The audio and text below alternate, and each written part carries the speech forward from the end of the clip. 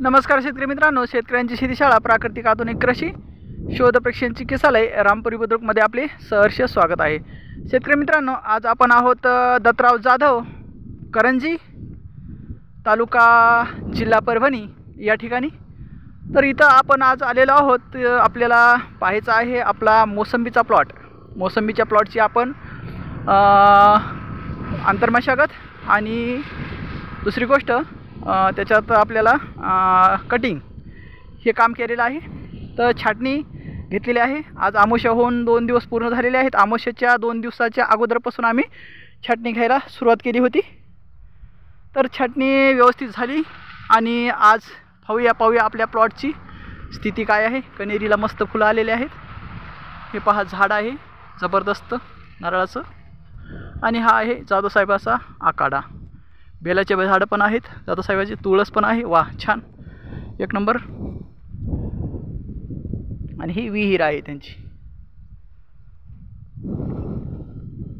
आज आले नाही जाधवसाहेब अजून।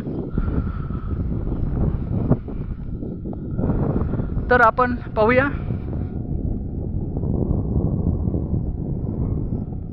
आपली मोसंबी।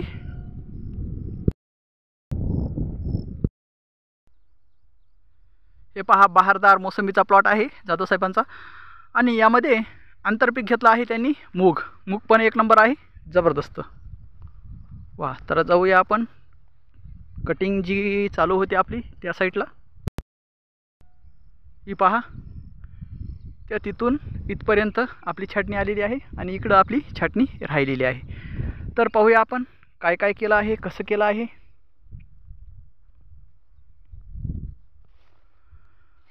तर मित्रांनो, हे जे असतात तुम्हाला दाखवतो, बुडावर जे येतात, हे वॉटरशूट काढलेले आहेत बुडावर आलेले। हे बुंद्यावर जे येतात ना फाटे, जे 9-8 फाटे आपण पालवी म्हणतो, त्याला वॉटरशूट म्हणतात। हे पहा, असं हे बुड आहे मेन, आणि ह्या बुडावर आलेला हा फाटा, तर याला काय म्हणतात, वॉटरशूट म्हणतात। आणि जे फांटी आपली, आता ही फांटी आहे, आणि ह्या फांटीवर जे आलं होतं, ह्या फांटीवर जे आलं होतं वर, जे नवती फुटली आपण त्याला म्हणतो, त्याला म्हणतात केन। तर वॉटरशूट आणि केन हे दोन्ही पण काढणं महत्त्वाचं आहे, आणि असं आपलं डेरेदार झाड करायचं आहे आपल्याला। लक्षात, म्हणजे काय होईल की आपल्याला वॉटरशूट जर काढलं, असं बुंद्यावरलं जर वॉटरशूट काढलं, तर बुंद्यावरलं वॉटरशूट काढल्यानंतर काय होतं की जे वॉटरशूटला जी न्यूट्रिशन ग्रोथ जाणार आहे, ती ग्रोथ आपल्याला सेटिंगसाठी येईल, आणि आपल्या झाडाचे फांटे जे मेन ब्रँचेस आहेत आपल्या झाडाचे, तर मेन ब्रँचेस फुगवण्यासाठी ती एनर्जी कामी येईल। आणि हे पहा, हे 9-8 जे आहेत फाटे, हे पण काढायचे आहे, केन याला म्हणतात।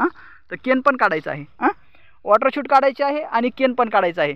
आणि आपलं झाड जर अस्तव्यस्त असेल तर त्याला असं गोल करायचं आहे, साईज आली पाहिजे। जसं आपली पृथ्वी गोल आहे, फळं गोल आहेत, तसं झाड पण आपलं गोलच असलं पाहिजे, ही गोष्ट लक्षात घ्या। जसं ब्रह्मांड पूर्ण हे गोल आहे, पृथ्वी आपली गोल आहे, चंद्र सूर्य गोल आहे, तसं आपलं झाड पण गोलच पाहिजे।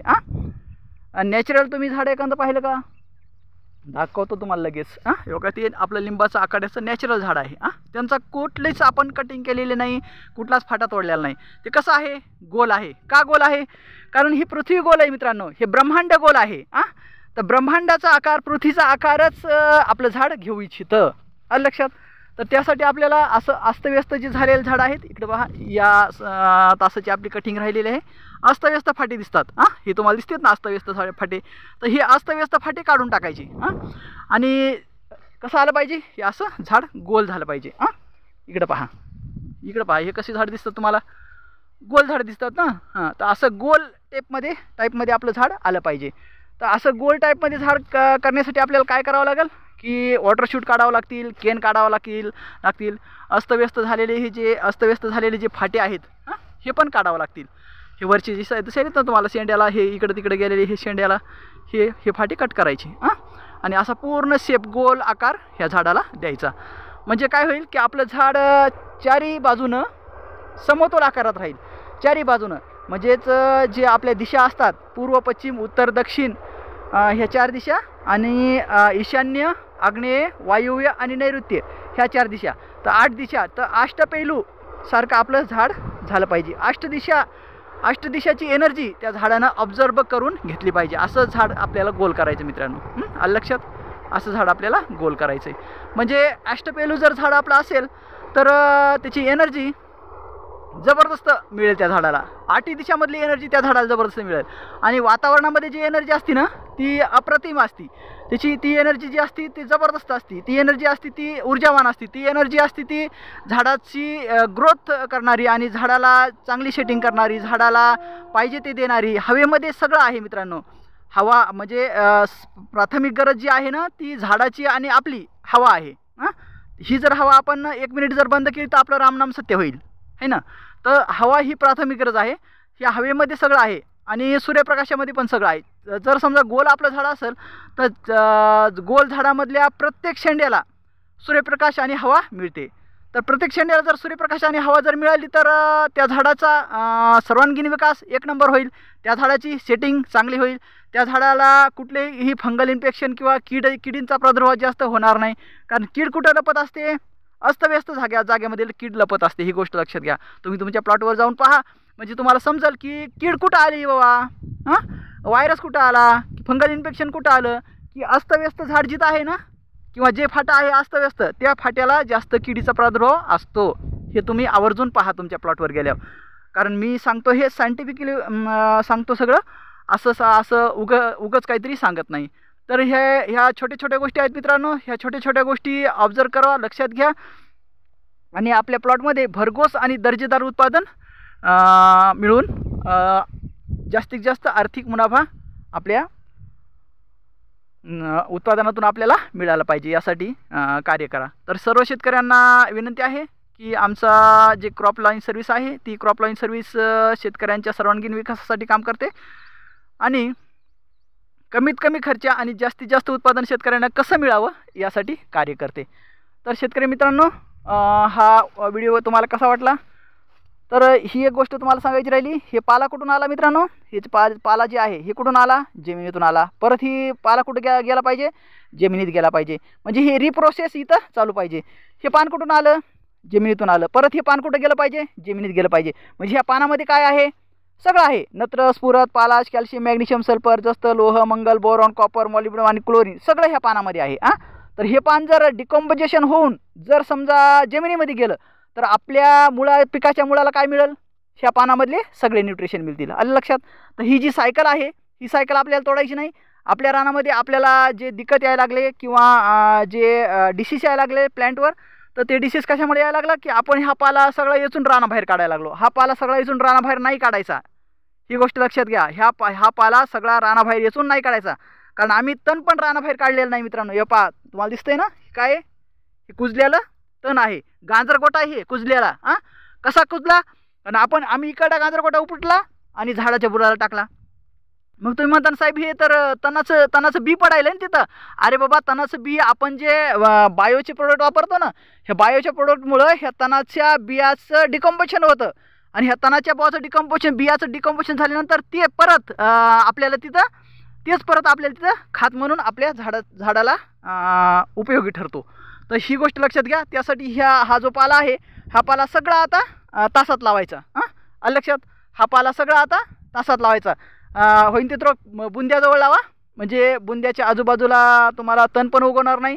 ह्या पाल्यामुळं तुमचं आच्छादन होईल चांगल्या प्रकारे आणि इथं बायोमॅट्रिक बॉडी तयार होईल आणि आच्छादन जर झालं इथं 80-20 शेती निर्माण होईल. 80-20 शेती म्हणजे काय? 20% जागा आपल्यासाठी ठेवायची, 80% जागा पिकासाठी ठेवायची. म्हणजे पाला जर इथं आच्छादन जर चांगलं केलं तर त्या पाल्याच्या खाली काय होईल? त्या पाल्याच्या खाली बायोमेट्रिक बॉडी वाढेल म्हणजे बॉडी निर्माण होईल. बायोमेट्रिक बॉडी म्हणजे काय? बायोडायव्हर्सिटी ज्याला म्हणतात की मृत पिकांच्या अवशेषाच्या खाली आपले जीवाणू राहतात. म्हणजे जीवाणूचं घर तुम्ही तिथं तयार करून दिल्यासारखं आहे. मग जीवाणूचं घर जर तुम्ही तयार करून दिलं तर तिथं जीवाणूची कॉलनी ॲटोमॅटिक वाढेल आणि जीवाणूची कॉलनी जर तिथं वाढली तर तुमच्या झाडाला जे लागतं, तुमच्या झाडाला आता उद्या सेटिंग होणार आहे तर सेटिंगसाठी काय लागतं? बोरॉन लागतं. तर झाड बोलत असतं त्या बॅक्टेरियासोबत. झाड काय म्हणतं? बाबा रे माझी आता सेटिंगची वेळ आलेली आहे मला काय पाहिजे, बोरॉन पाहिजे. आणि कुठं माझ्या मुळाला जवळपास बोरॉन मला उपलब्ध झालेलं नाही आहे. ते बोरॉन तुम्ही काय करा, आजूबाजूला कुठं असेल तर ते बोरॉन मला उपलब्ध करून द्या. मी तुम्हाला काय देईल, एक मिठीशी गोळी देईल. मी तुम्हाला काय देईल, एक एन्झाईम देईल. मी तुम्हाला काय देईल, तुम्हाला जे लागतं ते न्यूट्रिशन मी तुम्हाला देईल. म्हणून मग ते जीवाणू काय करतात की झाडाचं ऐकतात आणि झाडाला आजूबाजूला पडलेलं, परिसरात पडलेलं बोरॉन हे उपलब्ध करून देतात. आणि झाडाला बोरॉन मिळाले की झाड काय करतं, ग्लुकोज झाडापाशी पर्याप्त आहे. ग्लुकोज म्हणजेच क्लोरोफिल हे पर्याप्त आहे. तर क्लोरोफिल हे गोड आहे. तर क्लोरोफिल गोड हे काय करतं, पांढऱ्या मुळावट त्या जीवाणूला देतं. मग जीवाणू काय करतात, ते न्यूट्रिशन घेतात किंवा ते ग्लुकोज घेतात आणि आपलं उदरनिर्वाह करतात आणि झाडाला जे पाहिजे ते न्यूट्रिशन आणून देतात. अशी प्रक्रिया मुळाच्या सानिध्यात होत असते मित्रांनो. त्यामुळे आपण वरचा तर अभ्यास केला आहे, जमिनीच्या वरचा तर अभ्यास केला आहे, पण जमिनीच्या खालचा अभ्यास केला नाही. त्यासाठी क्रॉप ट्रीटमेंट घ्या. ह्या क्रॉप ट्रीटमेंटमध्ये तुम्हाला ह्या छोट्या छोट्या गोष्टी शिकायला मिळतात. थँक्यू मित्रांनो, धन्यवाद. कसा वाटला व्हिडिओ, लाईक शेअर आणि कमेंटमध्ये सांगा. आणि असेच नवनवीन व्हिडिओ पाहण्यासाठी आमच्या चॅनलला सबस्क्राईब करा. थँक्यू मित्रांनो, धन्यवाद. जय हिंद, जय भारत, वंदे मातरम.